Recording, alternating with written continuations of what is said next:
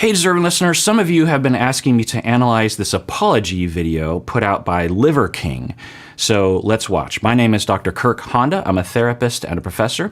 This is the Psychology in Seattle YouTube channel and podcast. Let's watch. Primals, I'm making this video to apologize. Because I f***ed up. Because I'm embarrassed and ashamed. Because I lied. And I misled a lot of people. His name is Brian Johnson. He's a TikTok star, and he promotes an ancestral diet of beef brains, bull testicles, and raw animal livers. That's why he's called the Liver King. I guess it would have been funny if he called himself the Bull Testicle King.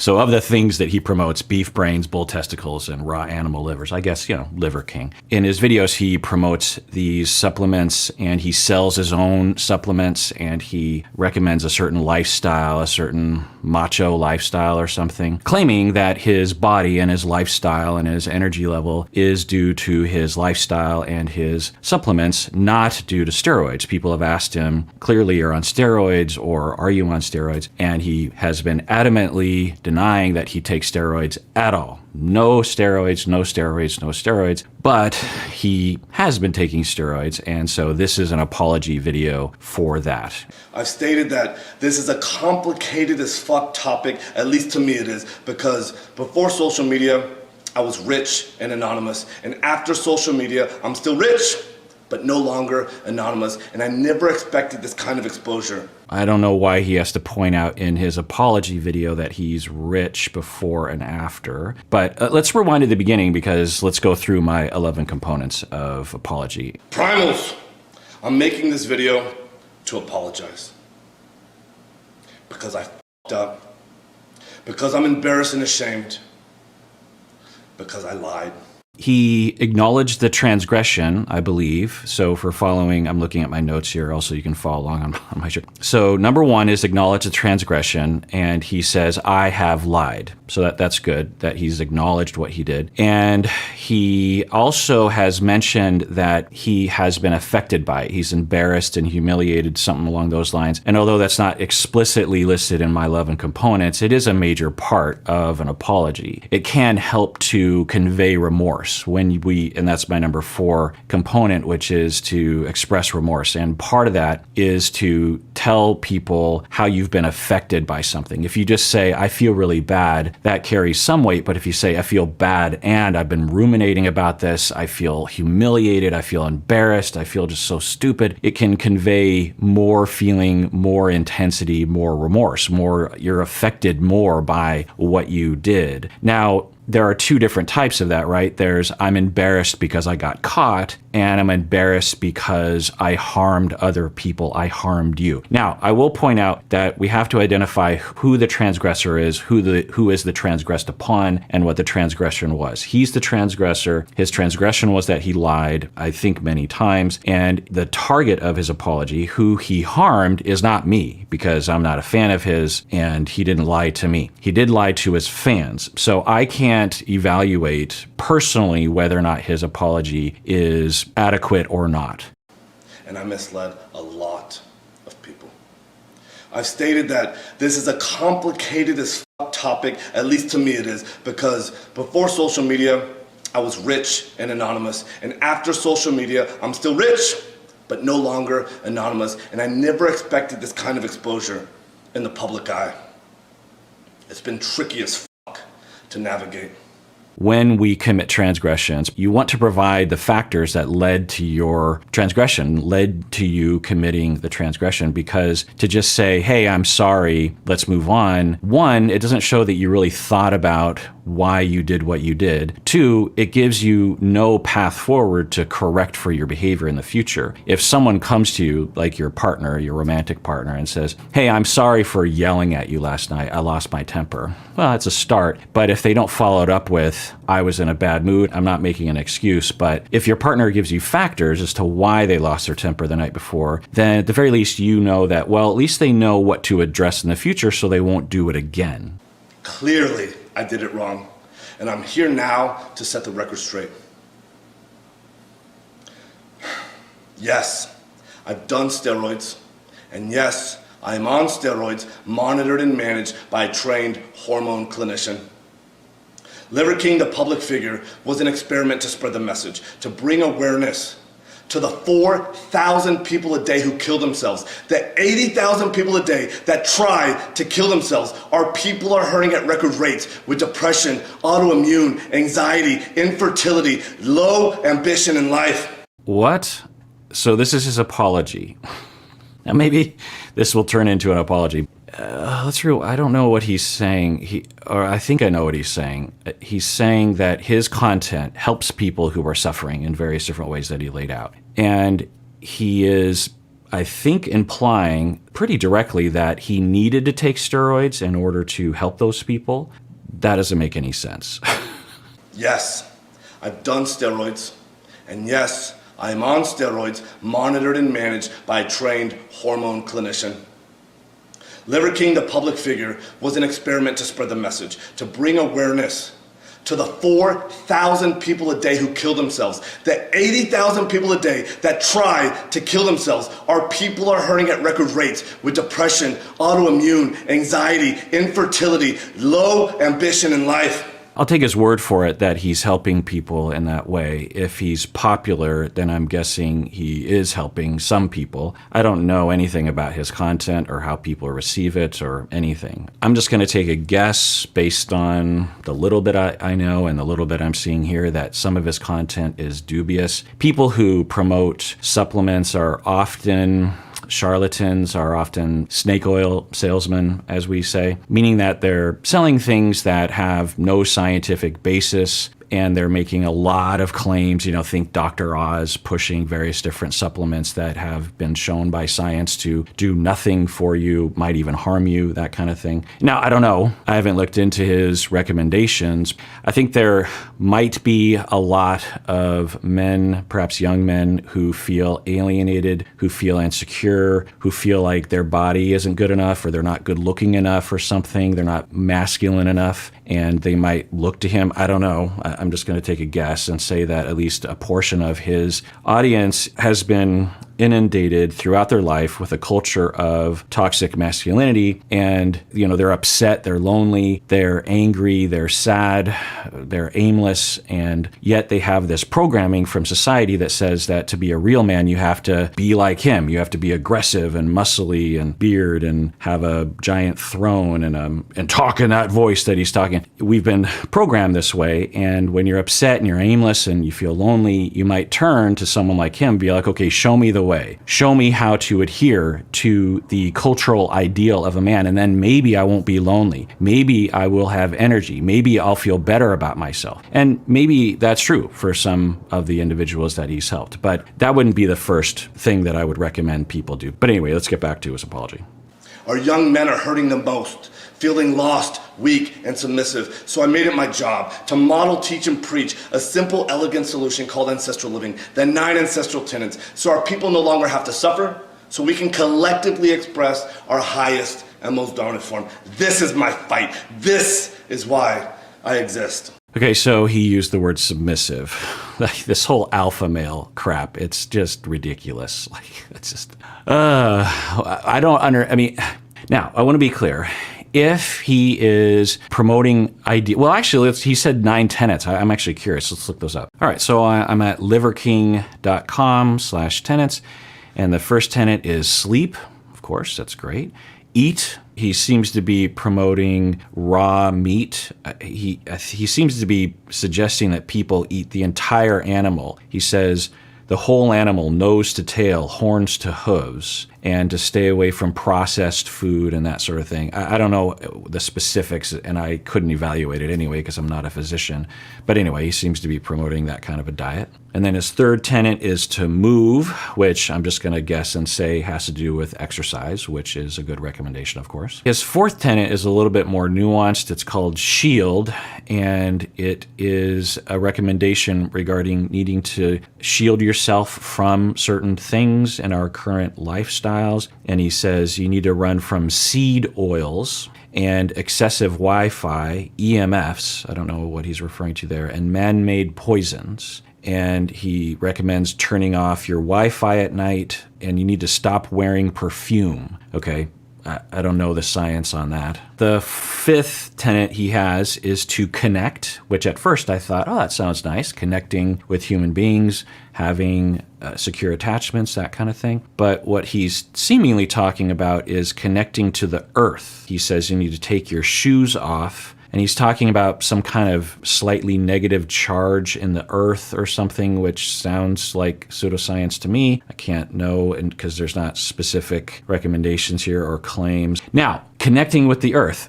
going outside, putting your feet, actual bare feet on the ground. Might that improve your mood? Might that mean that you're not doing other things in your life, like sitting in front of the computer and slouched over and never moving and never taking a break? Yeah, absolutely. So it's possible that his recommendation is good, but the basis of his recommendation is pseudoscientific. And his sixth tenet is cold, which he recommends getting cold, literally at times, putting yourself in a cold environment or having an ice bath or something. And again, I'm not a physician, but I have read some research and heard from some experts that seem credible that it's possible for some people having some episodes of cold might have some physiological or psychological benefits. Don't quote me on that. You'd want to talk with your physician before doing such a thing. And then his seventh tenet is sun. So you need to go outside and have sunlight for vitamin D.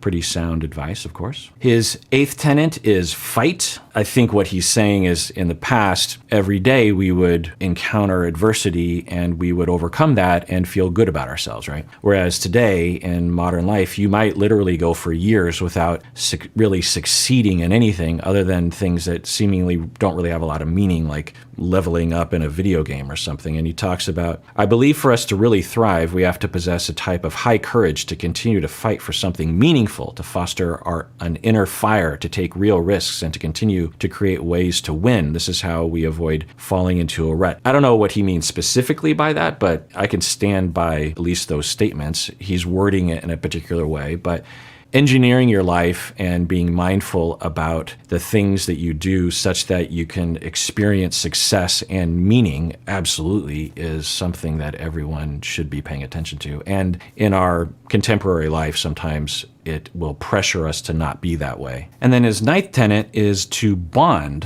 which at first I was like, ooh, bond with human beings. And then I was like, uh-oh, is this like to bond with EMFs or something? But then it is to bond with other humans. He phrases it in a very cavemanish way. But, he says, to protect one's tribe, hunting and foraging, to feed one's tribe, to caretake and make love, to nurture and to nourish, to grow one's tribe, that sort of thing. But he basically, at the end, he said, we still need that kind of bonding to be happy and healthy today. Start by simply spending focused, present time with loved ones and friends. We've always needed each other, and we still do. So, yeah, that's fantastic. That's great. I'm glad that he points that out. So those are his 9 tenets. I don't know. I haven't looked into it, but there seems to be some dubiousness in there. But a lot of what he's saying is common knowledge, really. Make sure you are sleeping well, you're bonding with other human beings, you're spending less time in front of the computer, you're exercising, you're managing your diet better, you're going outside in the sun, you are trying to find success in life. Yeah. While spreading the message, I've been on several podcasts, and when asked if I've ever taken steroids, I've always said no, I don't touch this stuff, not gonna touch this stuff, never touch this stuff. Okay, so on one hand, he has been lying, and he has been saying this, that he has been lying about that. He has been taking steroids, but he's been telling people that he has not been taking steroids. So that's wrong. You're not supposed to lie. On the other hand, people have the right to their own medical privacy, right?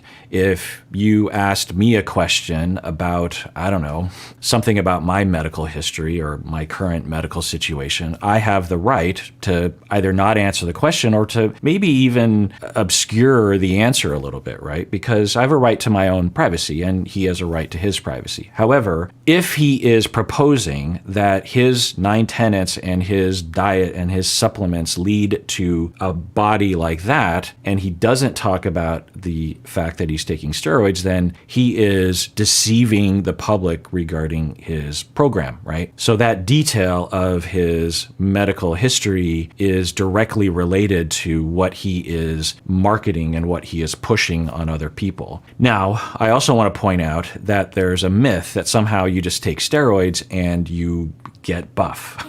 But that is not true. You still have to work out a lot. But yeah, I mean, that's pretty awful that he would be promoting his lifestyle and his supplements. And I don't know if he's directly saying this is the body that you get when you do this. I don't know. Maybe he didn't say that. At the very least, it's kind of implied. But he might also have been saying that. He might have been saying, no, I did this body with all this. And who knows what his tone was or what specific claims he was making. But that's pretty awful to mislead people. But I have to say, if anyone thought he wasn't taking steroids, I mean, just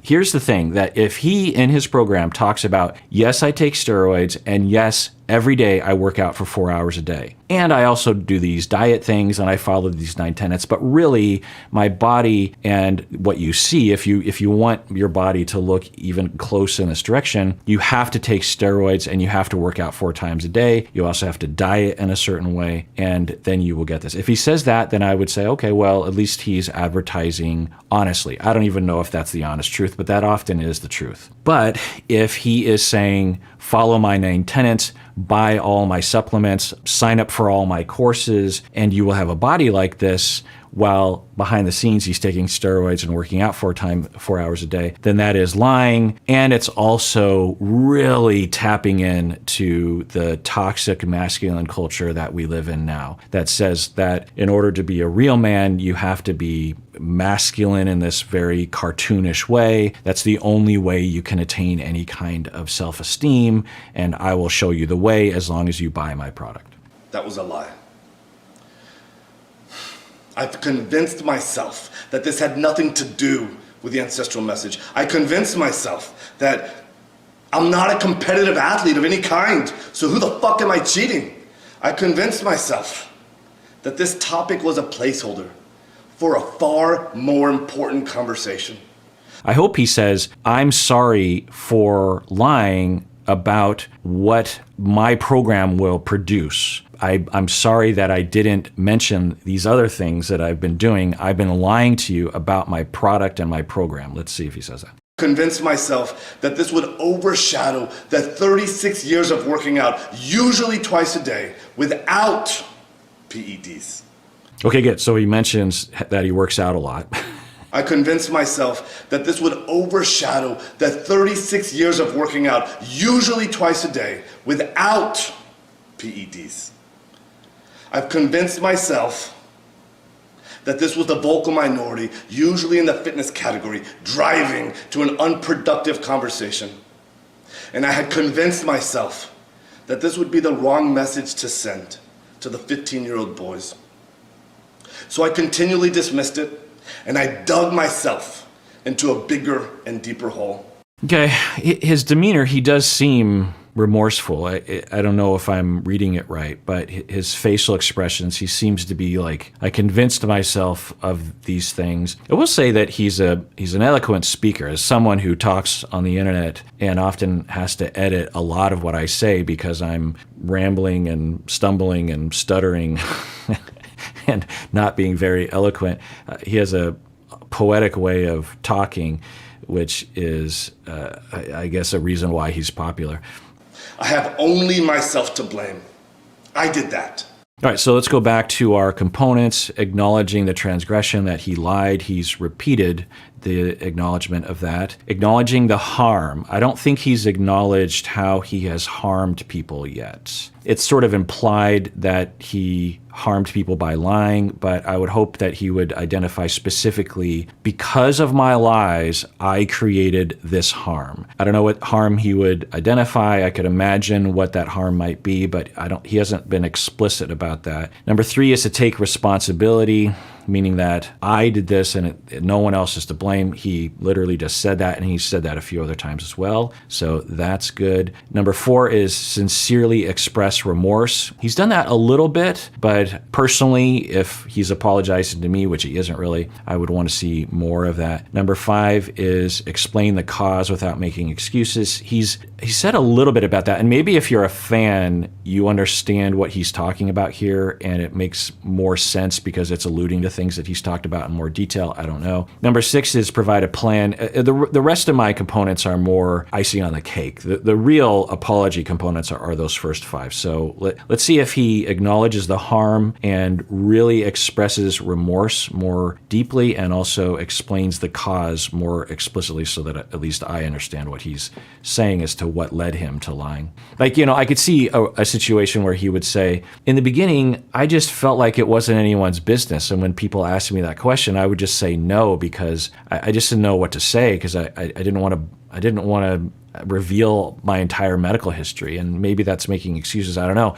But I wasn't famous then, so it didn't really matter. I guess I was just harming people, but I don't think I was really harming them, because I don't know, it's just not really their business, right? When people would say that to me, it felt like they thought that just taking steroids will produce a body like this. And I had to work out twice a day. So the steroids helped, but it certainly wasn't the main factor in me having the body that I have. I had to work out twice a day. So in the beginning, I just thought, it's none of their business. But then as it became more popular, I continued to lie about that, still kind of thinking I was in the past. But now that I'm a public figure and I'm starting to propose this program to people, the lie became more of a problem, because I'm proposing a program and I'm selling a program, and I claim a lot of outcomes that have nothing to do with body shape or muscle mass or anything like that. But some of my claimed outcomes do involve that. I don't know. I felt ashamed of myself, or something along those. I don't know what's in his head, but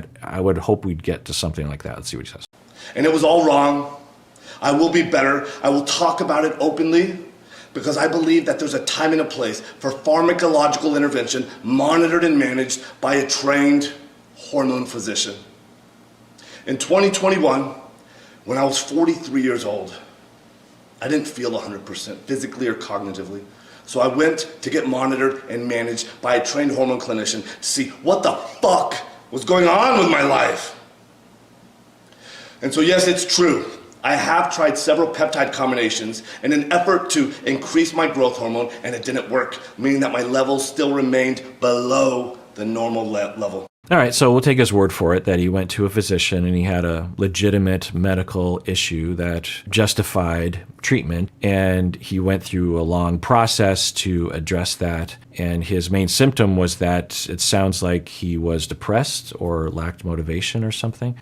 So yes, it's also true that I've tried pharmaceutical grade growth hormone, and I finally found success in managing therapeutic levels in the normal range.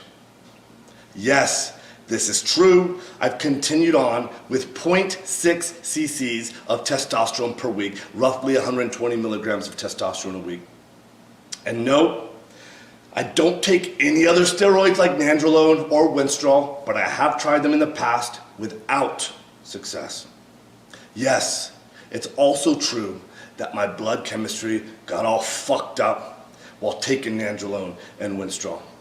My lipids got all deranged, my liver enzymes went sky high, which is why clinical oversight is an absolute must.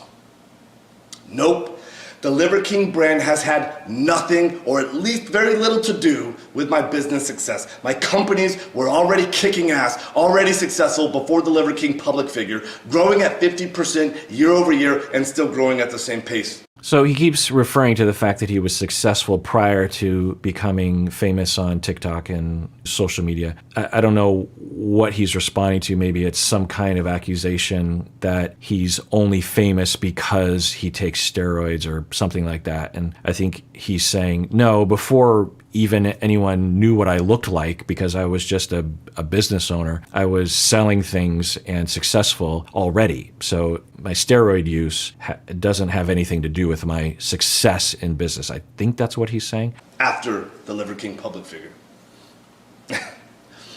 Nope, I've never had ab implants, ab etching, or any other plastic surgery, and I sure as fuck never actually had gene editing done in Singapore. I made all of that up. It was all intended to be a joke, and that's an expression of ancestral 10 and 10. Have a little goddamn fun. Ultimately, he's referring to something that he said, that he did some kind of gene therapy and has ab implants, and he says, no, that's not true. I was just making a joke. All right. why did I, or why do I do them? When I talk about the 85% of the population that suffers from self-esteem issues, that's me. I'm part of that statistic. This is why I fucking work myself to death in the gym. This is why I do 12 to 15 blood-burning workouts a week. Okay, so he seems to be getting into a factor as to why he lied. He's saying, I often am talking about low self-esteem, and I'm often trying to help people with their low self-esteem. And I'm also one of those people. And he seems to be on the verge of crying, actually. It seems sincere. At least that's the way I'm reading it. And he's saying, that's why I've done all these things, because I was trying to chase high self-esteem by working out a lot. I would hope he would say that on one hand, it does give him some self-esteem to be able to succeed in this way, but it's kind of empty in that it's kind of based on this lie that I've been saying. So let's rewind. When I talk about the 85% of the population that suffers from self-esteem issues, that's me. I'm part of that statistic. This is why I fucking work myself to death in the gym. This is why I do 12 to 15 blood-burning workouts a week, just to feel like I'm okay. Still, I have to absolutely crush myself to do so, and I'm wrecked physically and cognitively, and hormone replacement has... Interesting. I think what he's saying is, my whole program, I don't know what his program is. I don't know what he recommends. I don't know what he's pushing on people. But what he's saying is, I have low self-esteem, and I have been chasing self-esteem by working out a lot and pushing myself. My extremism in that behavior has a lot of negative effects. I'm trying to find self-esteem in areas that actually it ultimately isn't good for me, including taking hormones. I don't know if he's including that in it. I assume he is including that in it because it's in this conversation. So if that's true, then I'm glad that he's talking about that, and I would hope that he could talk with his followers about chasing self-esteem in areas that are more sustainable and more actually healthy for you, rather than working out twice a day and taking steroids and trying to have a body so that you can feel good about yourself, because it's not a path to health psychologically or physically. Absolutely crush myself to do so, and I'm wrecked physically and cognitively, and hormone replacement has helped in a profound and significant way. And still, I believe that the path to paradise is paved in fucking hell. I previously have said in a weird way, I'm grateful for the recent events that have shed light on this complicated as fuck topic. Okay, I'm still confused as to what he was exactly saying there. Is he saying that his regimen to find self-esteem is ultimately not healthy, or is he saying it is healthy and you have to sacrifice things, including taking hormones? I don't really understand what he's saying. I knew I needed to take this opportunity to openly discuss everything for me to be a better human. If there are any questions that remain unanswered, send them my way. I fully own that I fucked up. I am as sorry as a man can be. And all I can do is take extreme ownership right now, be better, and lead myself to a better life as a better human.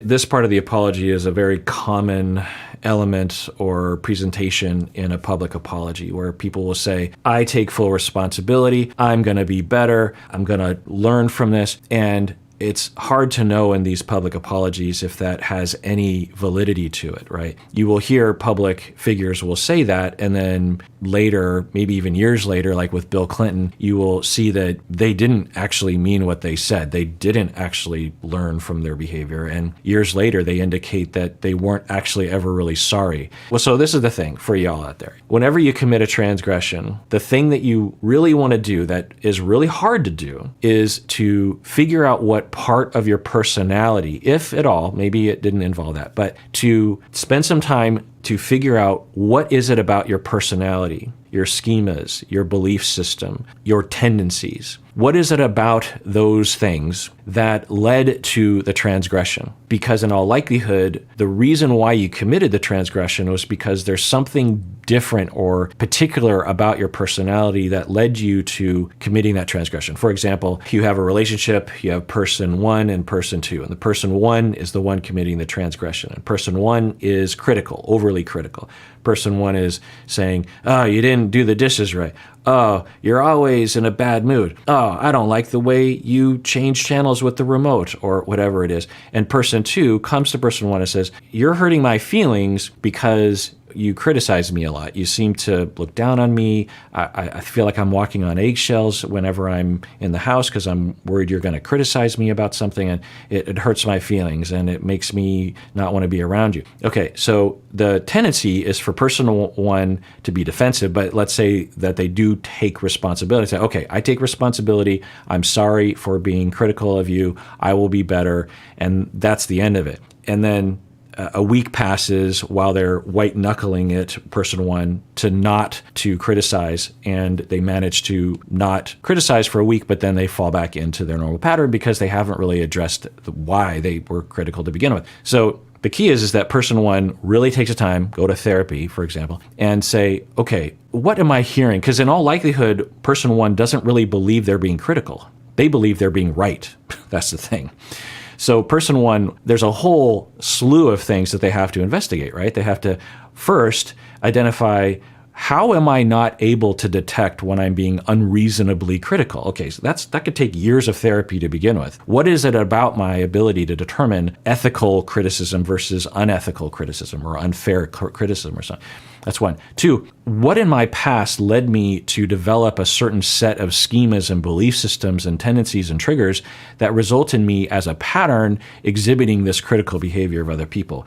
And then when I figure that out, how do I correct for that? How do I heal from that? How do I recover from that? How do I change my schemas? How do I change my belief system? How do I change my triggers? How do I heal from my triggers so I don't get triggered and thus criticized? That could take a long time, right? And so just saying, I take full responsibility, it's all my fault, no one else is to blame, I will be better, that doesn't cut it. Right? Like, we're talking a lot of investigation is necessary. All right, so what grade do I give it? I'd give him a higher grade. Often I'm giving people like D minuses at best, because a lot of the public apologies, I think Trump and Bill Clinton, these people, just terrible apologies. But I would say that his, at least as an introduction, is sufficient in some ways, right? He acknowledges the transgression. There's no ambiguity there. I lied to you. That's the transgression. He didn't really acknowledge the harm, which is unfortunate. He took responsibility. He didn't blame anyone else, although he kind of evaded responsibility by saying, I helped all these people to not kill themselves, and I helped people with their self-esteem. And so I don't know what he meant by that exactly. Did he sincerely express remorse? I saw it. I heard it in his voice. At least that's my interpretation. I can't know what's in his heart, but he did seem remorseful. He almost seemed on the verge of crying at one point. So is that remorse for, I feel bad for myself because now I'm incurring a lot of negativity because I lied, or is it remorse for, I'm sorry for lying to you. I can't imagine how you feel because I lied to you. I don't know what, but he seemed affected emotionally by what he did. And then 5 is explain the cause without making excuses. He didn't really do that, but it's not really the format for it. So I would give him. So it depends on what kind of apology we're talking about. If we're talking about a full apology, I would give him like a D, because if he were my friend or something and he was apologizing to me, I'd be like, okay, great start, but obviously there's a lot more that's necessary for me to feel like you're truly sorry and that you're truly addressing it. But if we're grading it as a public short apology, I would give it a C, because other public apologies will really deny any kind of responsibility, will not really acknowledge the transgression. Now, it's possible that if I knew more about his content and if I was a fan of his, I would understand what he's referring to, and I might bump that up or down, I suppose. I would say that I'd give him a C. You know, it's not bad, but it's not great. So anyway, all right, well, that is for that episode of Psychology in Seattle. Everyone out there, please take care of yourself because you deserve it. You really, really do.